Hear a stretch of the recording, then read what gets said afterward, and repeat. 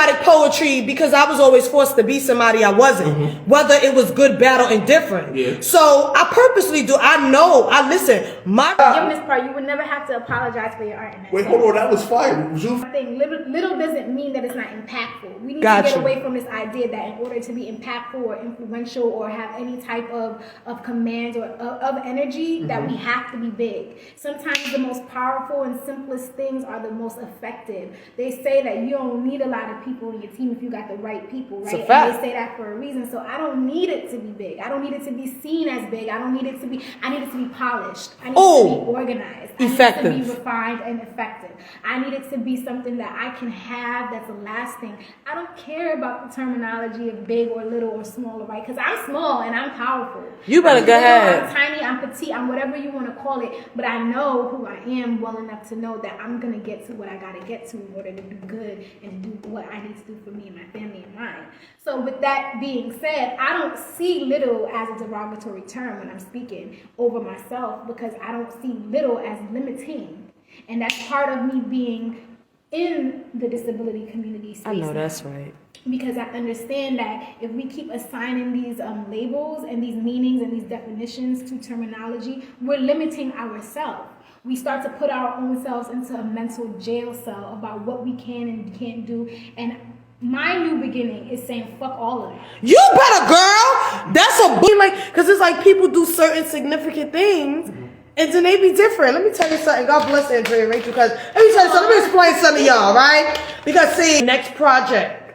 When should we expect? So doyoutf is an app, or I should say it's an online hub, but we're building an app. We're trying to construct it. And in the meantime, in between time, we do our own company events. So the autism event is one annual autism event for kids, cater to kids, families, all that good stuff. In between time, we also do conversations, forums, panels, discussions, and we do those with other peers and educators and influencers and I want to say creatives, because that's the word that we've been using, but we also utilize companies and CEOs of that sort of small business brands, and we have conversations with them. So we like to do a talk back. We did one last year. We'll be doing a second one this year. But that talk back is going to be catered to having fitness and having fun and having like a refresher. So with that being said, it's going to be after I come back from filming, which is going to be probably in September or October. And that's the next one coming up. It's open to everyone. So, I mean, first of all, her ability to be flexible in the midst of a misunderstanding won me over. She didn't know that.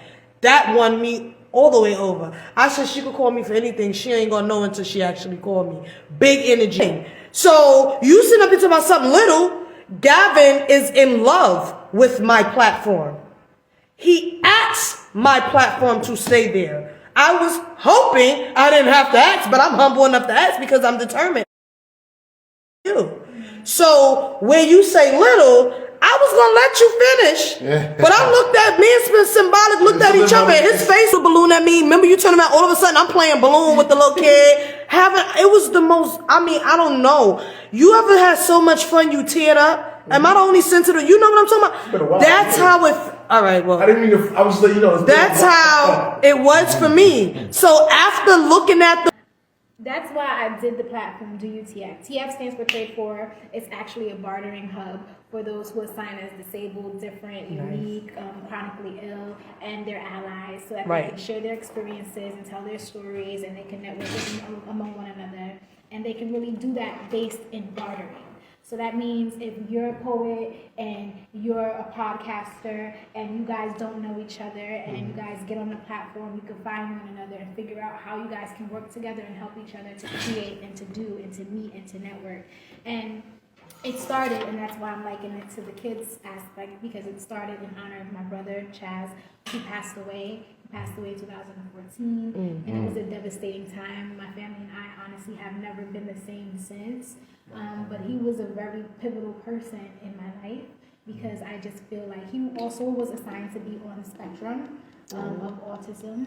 And so like losing him, you know, you really felt like you just lost a pure soul. Somebody who like loved unconditionally, who was just super serene, almost always happy. And I feel like he he had a good experience while he was here on Earth. It's just I've experienced so much that I would have loved for him to be a part of. And during the pandemic, I had ideas prior to, and then I missed him so much where I was just like, there has to be a way that I can keep my idea and then still intertwine him in. And that's how come my platform went to a focus of disabled, different, neurologically challenged or ill or different, because there's so many different terms. And I want to respect and honor everyone who sees themselves underneath any of those umbrella terms. But that's where it came from. And the event that you actually performed at was the second annual autism event that we did for free. And and you have no idea how much that meant to me, because I didn't know where I was going to get my speaker from. I didn't know who